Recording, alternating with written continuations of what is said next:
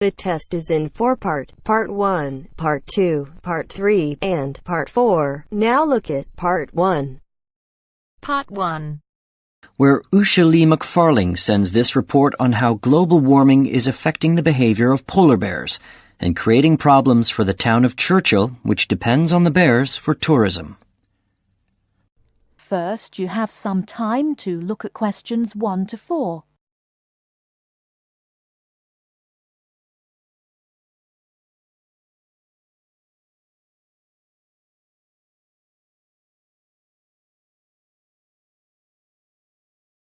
Now we shall begin. You should answer the questions as you listen, because you will not hear the recording a second time. Listen carefully and answer questions 1 to 4.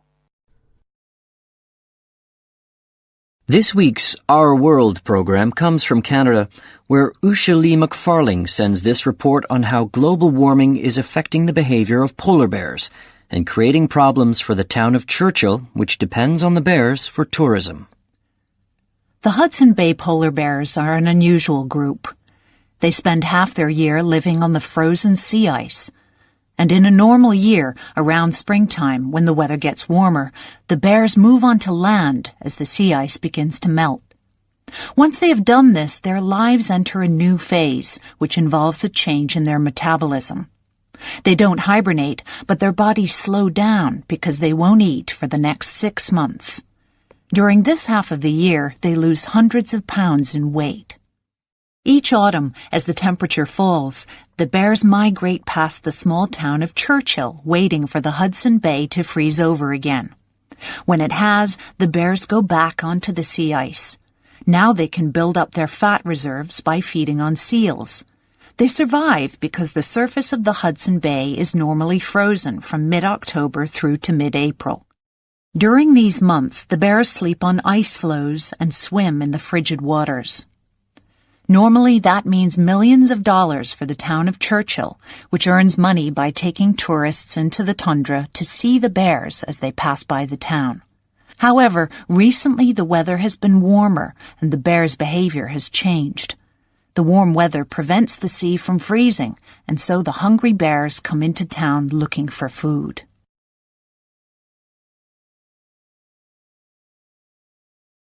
Before you hear the rest of the conversation, you have some time to look at questions 5 to 10.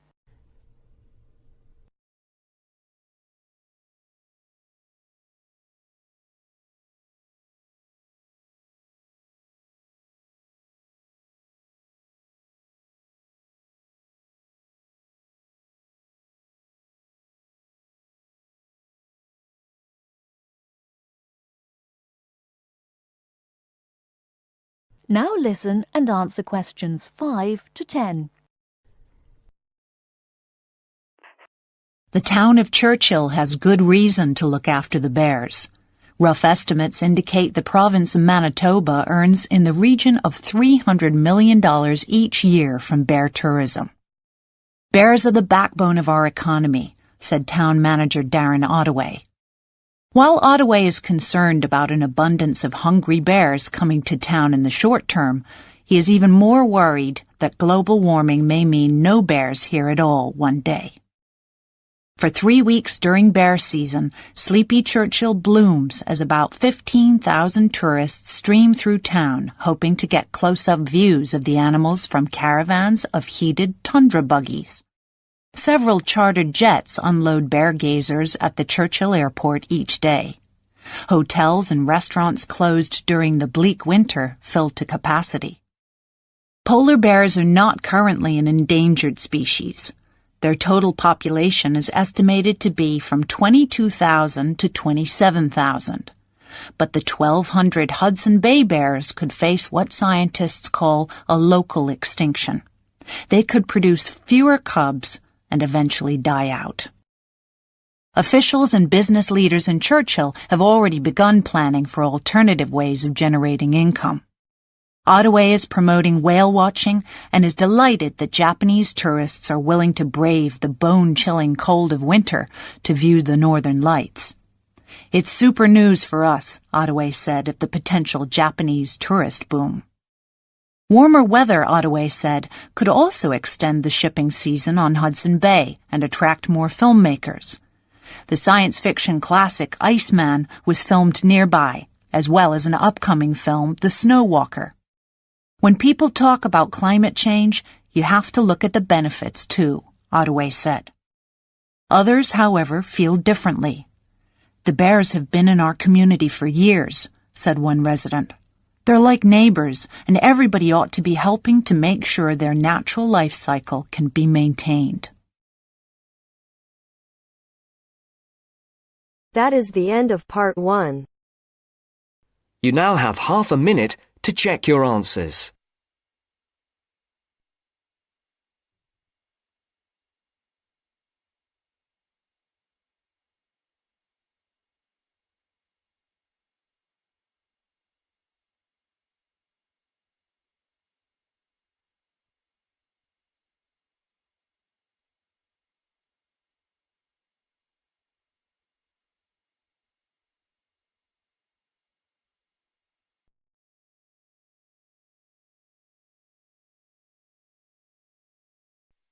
Now turns to part 2. Part 2. You will hear the education officer in a museum giving a talk to school students who are about to start a 1-week work placement in the museum. First, you have some time to look at questions 11 to 15.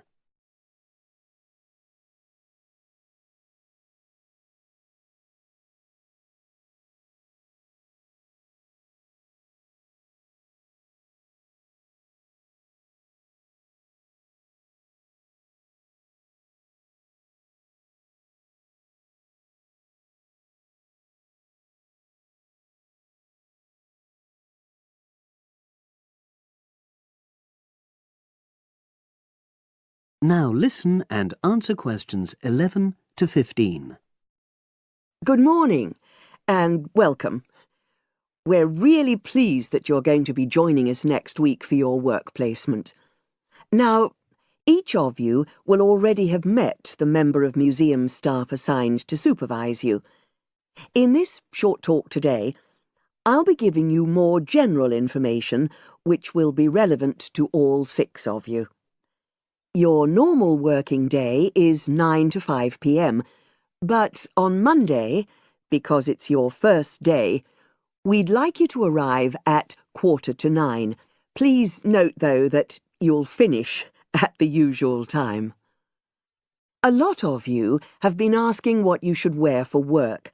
Well, you may have noticed that we're not exactly a formal institution, so you'd really be out of place if you wear smart attire like a suit. If you go out on a trip with us, then we'd like you to wear a museum cap.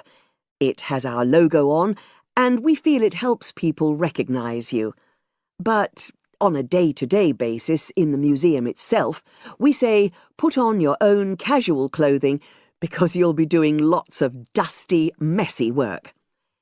Now, we don't have an enormous number of rules, but work placement is an excellent preparation for the real world of work, and we expect you to be very punctual and reliable. If you're not well, or there's been a hold-up, then what we ask you to do is ring the museum receptionist. He will be in the museum well ahead of opening time, and he'll inform your own personal supervisor in the museum. If you're away for more than 1 day, we'll inform your school tutor. They'll obviously need to make a note of your absence and follow up if necessary. But most of all, we hope you really enjoy yourselves during the placement. Students say they have a lot of fun, whether it's working with kids in our art workshops held every Monday, or, the most popular, when they go out on our outreach work to residential homes, recording elderly people's memories of school days for our oral history project. So, we hope you feel excited by the prospect of starting next week and well prepared. Your personal supervisor will be there to help you with our health and safety requirements when you start next week, and your supervisors will also brief you about the background to the museum, summarising all the huge amount of information on our website. In the next couple of days, it might be worthwhile if you get hold of evaluations and other notes made by students who've worked with us before. You can get a lot of pointers from them. Before you hear the rest of the conversation, you have some time to look at questions 16 to 20.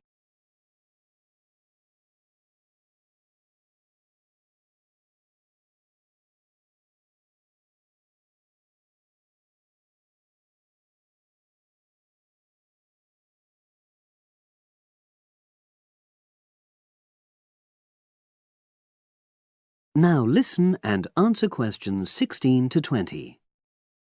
Now, before I finish today, I wanted to help you find your way around the museum.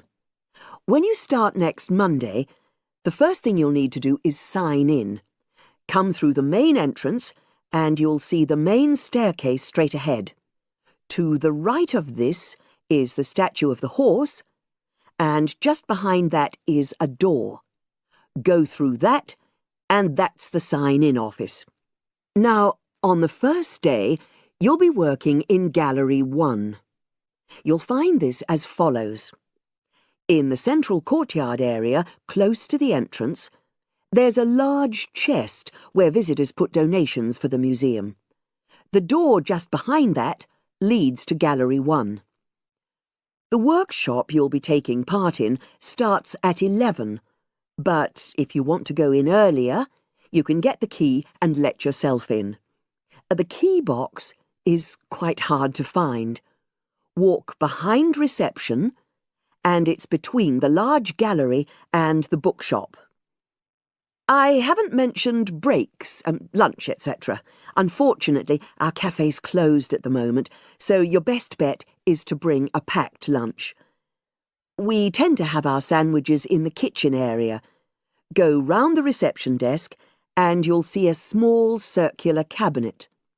The door to the kitchen area is just behind that.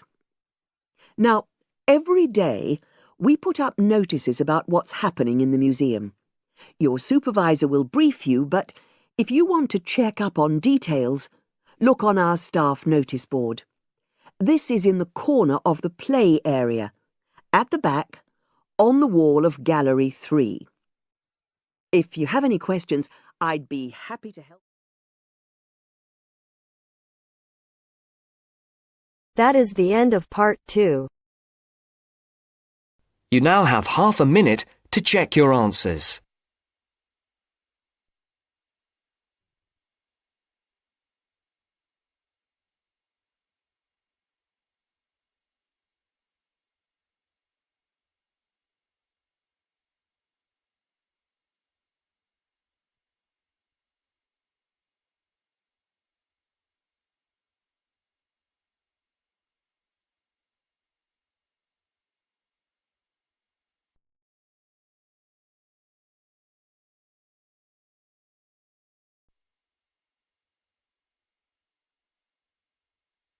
Now turns to part 3. Part 3. You are going to hear part of a lecture on some useful information for your travelling around Britain. Listen to the lecture and complete the notes below. First, you have some time to look at questions 21 to 25.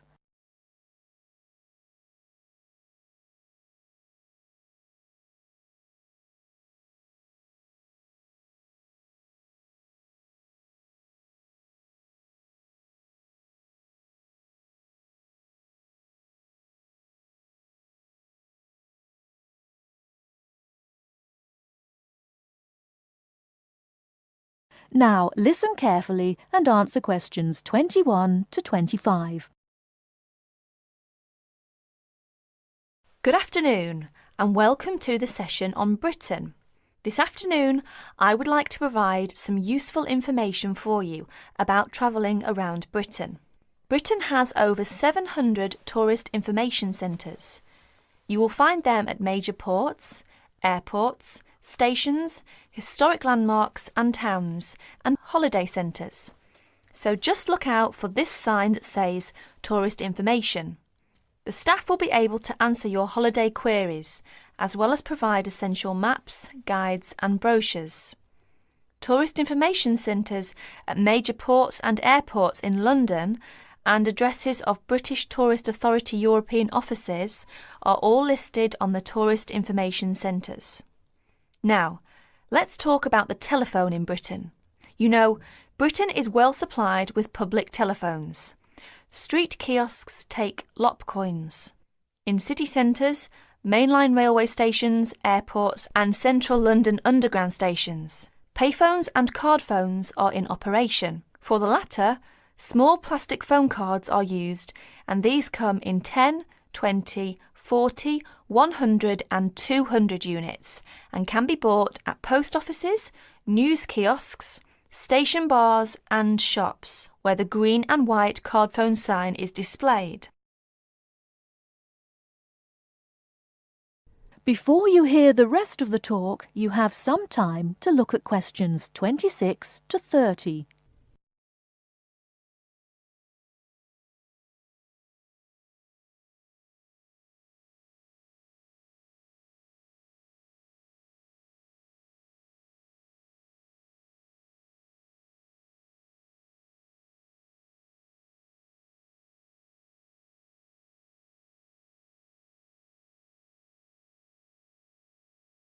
Now listen and answer questions 26 to 30.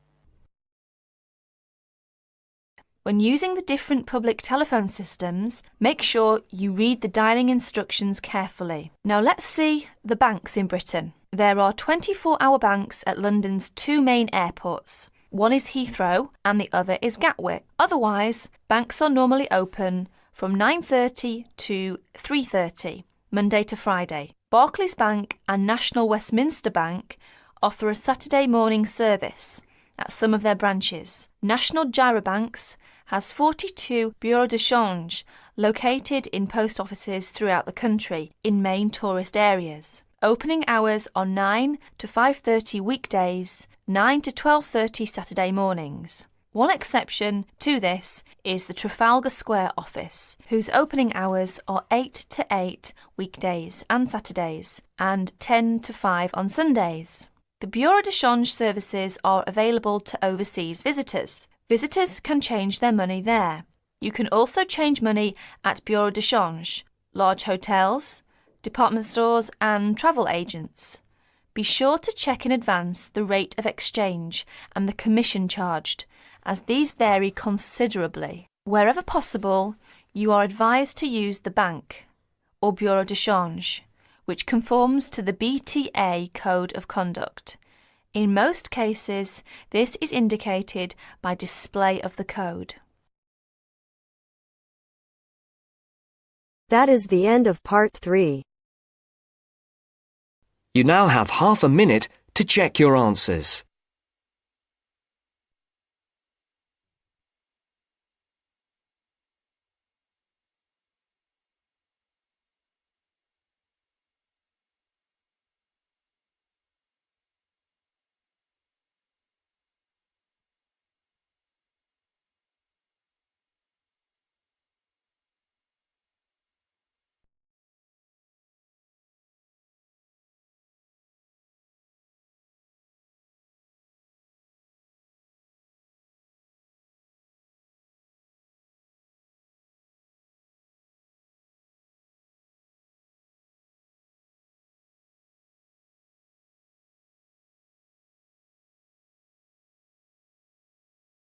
Now turns to part 4. Part 4. We'll hear a speech by the Student Union Vice President for Finance. First, you have some time to look at questions 31 to 40.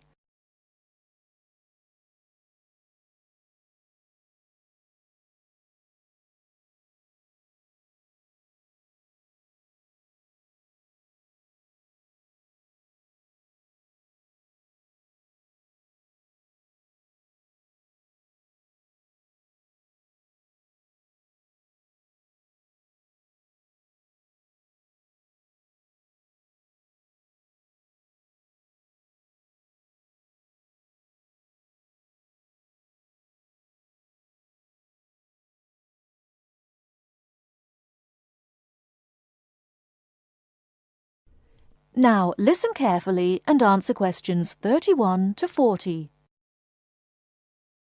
Now you will hear the speech. Hello, as VP Finance, my job is to oversee the spending of our grant to ensure that all areas of student union activity run efficiently and smoothly, without any financial headaches. I have a thoroughly efficient finance team, Ursula, Ella and Henrik. We are all here to help you as best as we can. Remember that even though I administer the union's finances, it is ultimately you who has the final say in expenditure policy, either directly, through the democratic process of the general meetings, or by voicing your opinions through the Executive Finance Committee. I would like to take this opportunity to thank last year's VP Finance, Martin Curry, for his excellent work in improving the financial running of the union to what it is today. Finally, remember to enjoy yourself and to use the union facilities and services to the full. And if you're still not satisfied, come and let us know why. Extra note, in order to maximise my time as VP Finance and to give a more efficient service to students, the Finance Office will only be open to students from 11 o'clock AM to 1 o'clock PM and 2 o'clock PM to 3 o'clock PM. The Cashier's Office will be open from 12 o'clock noon to 2 o'clock PM daily. That is the end of part 4. You now have half a minute to check your answers.